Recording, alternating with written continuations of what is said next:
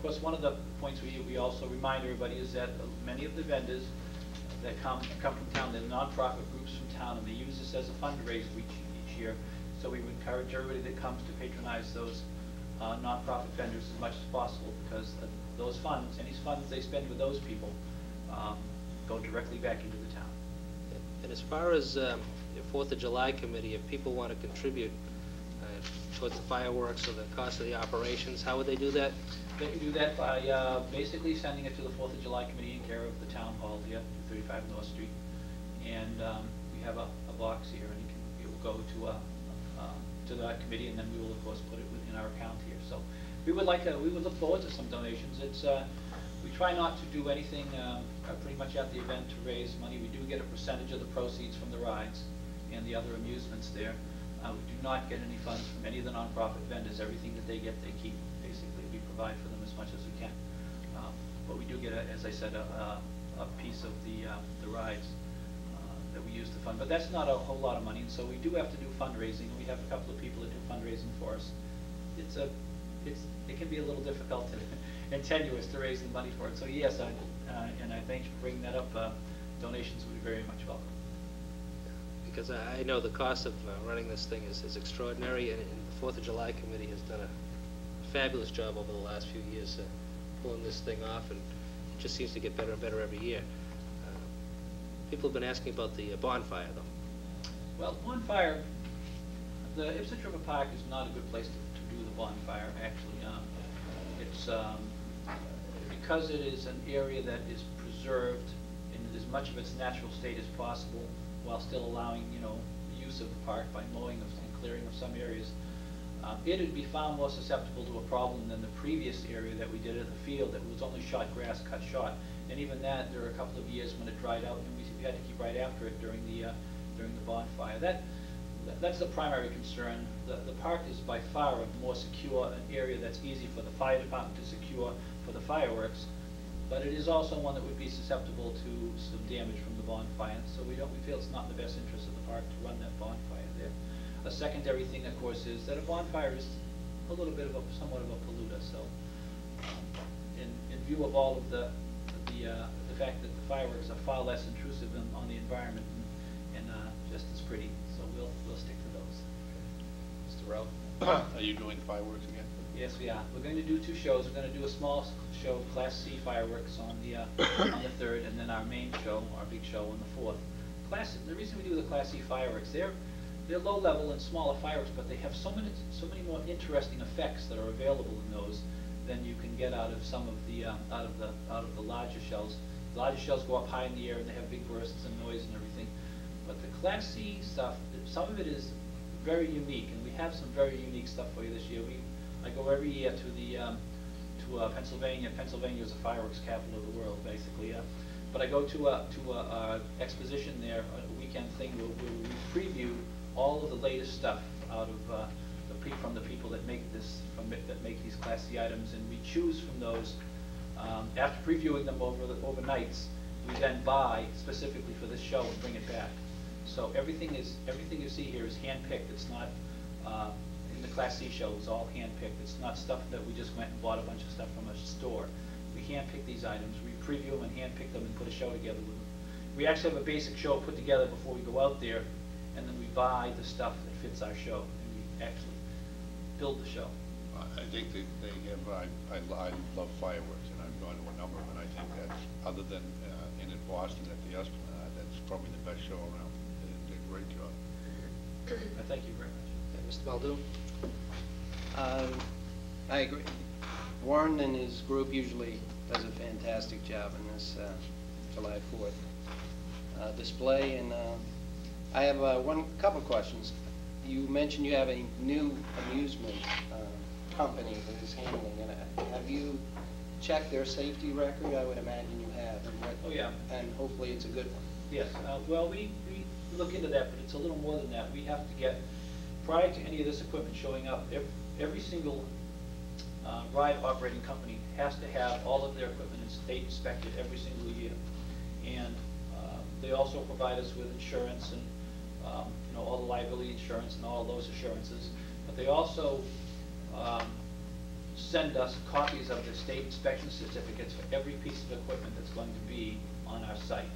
And we have those, we usually make up a file that we bring a copy to the town hall here, we bring a copy to the school department, or we did when we were using the school grounds. We usually still give them copies of the things that we're using, because we still use their parking lots for the buses and everything, for parking, because that is the most convenient way. But no, we look at these people very closely, and these are all reputable companies. There are a lot of smaller companies that you could get, but that was one of our problems last year, is we did not want to get involved in a company that didn't have pretty much a good reputation, a stellar reputation, one that was around, that you see all the time, that everybody knows, and that you can easily get a read on whether or not they're a qualified company with a good safety record. Fiesta Shows was basically the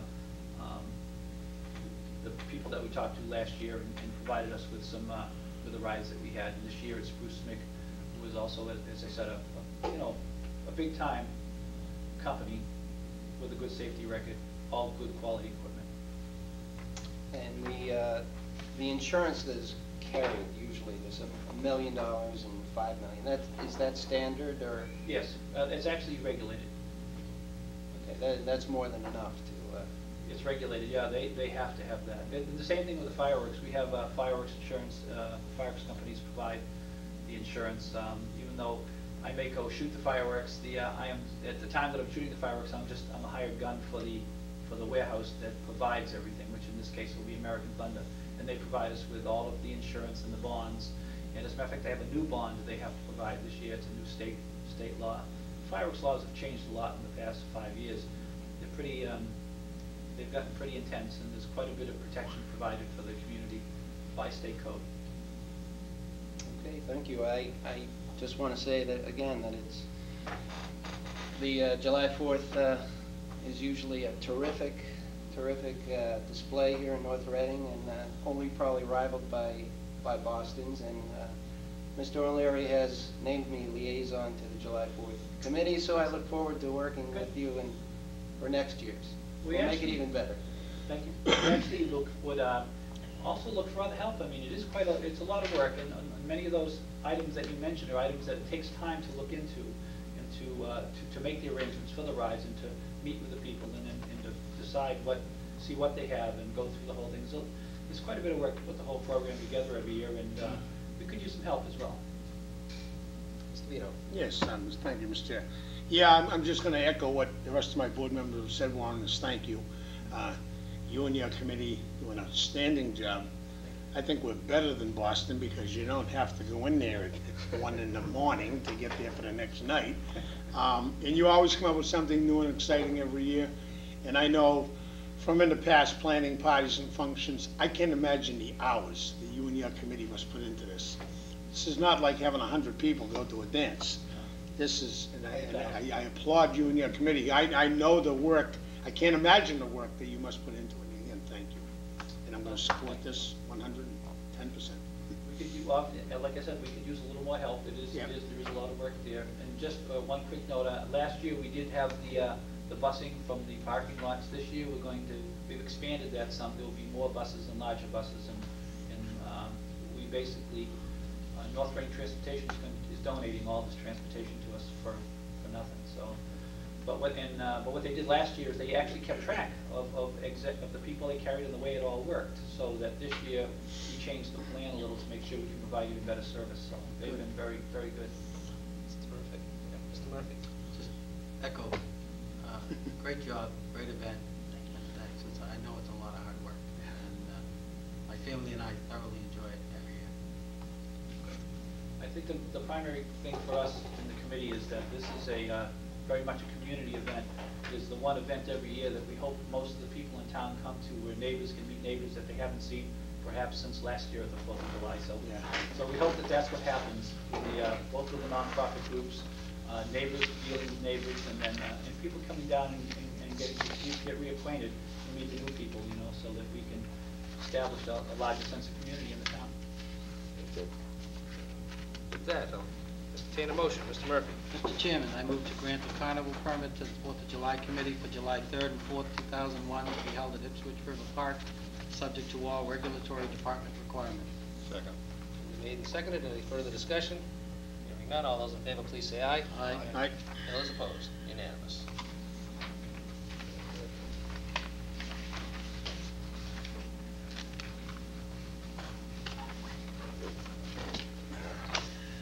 Good.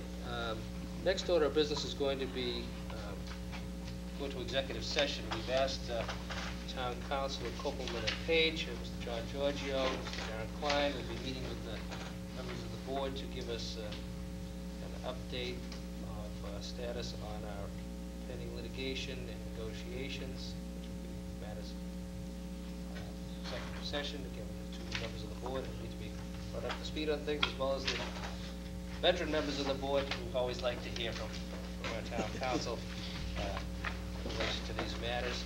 Appreciate them coming out. Mr. Giorgio comes out at least once, sometimes twice a year, to give us an update on it. Go ahead. The vote will consume the rest of our evening. So therefore, I will entertain a motion to... Mr. Chairman, I move to enter into executive session for the purpose of litigation and to return to open negotiation and to return to open session for the sole purpose of adjournment. Seconded. Roll call vote. Mr. Rowe? Yes. Mr. Murphy? Yes. Mr. Vino? Aye. Mr.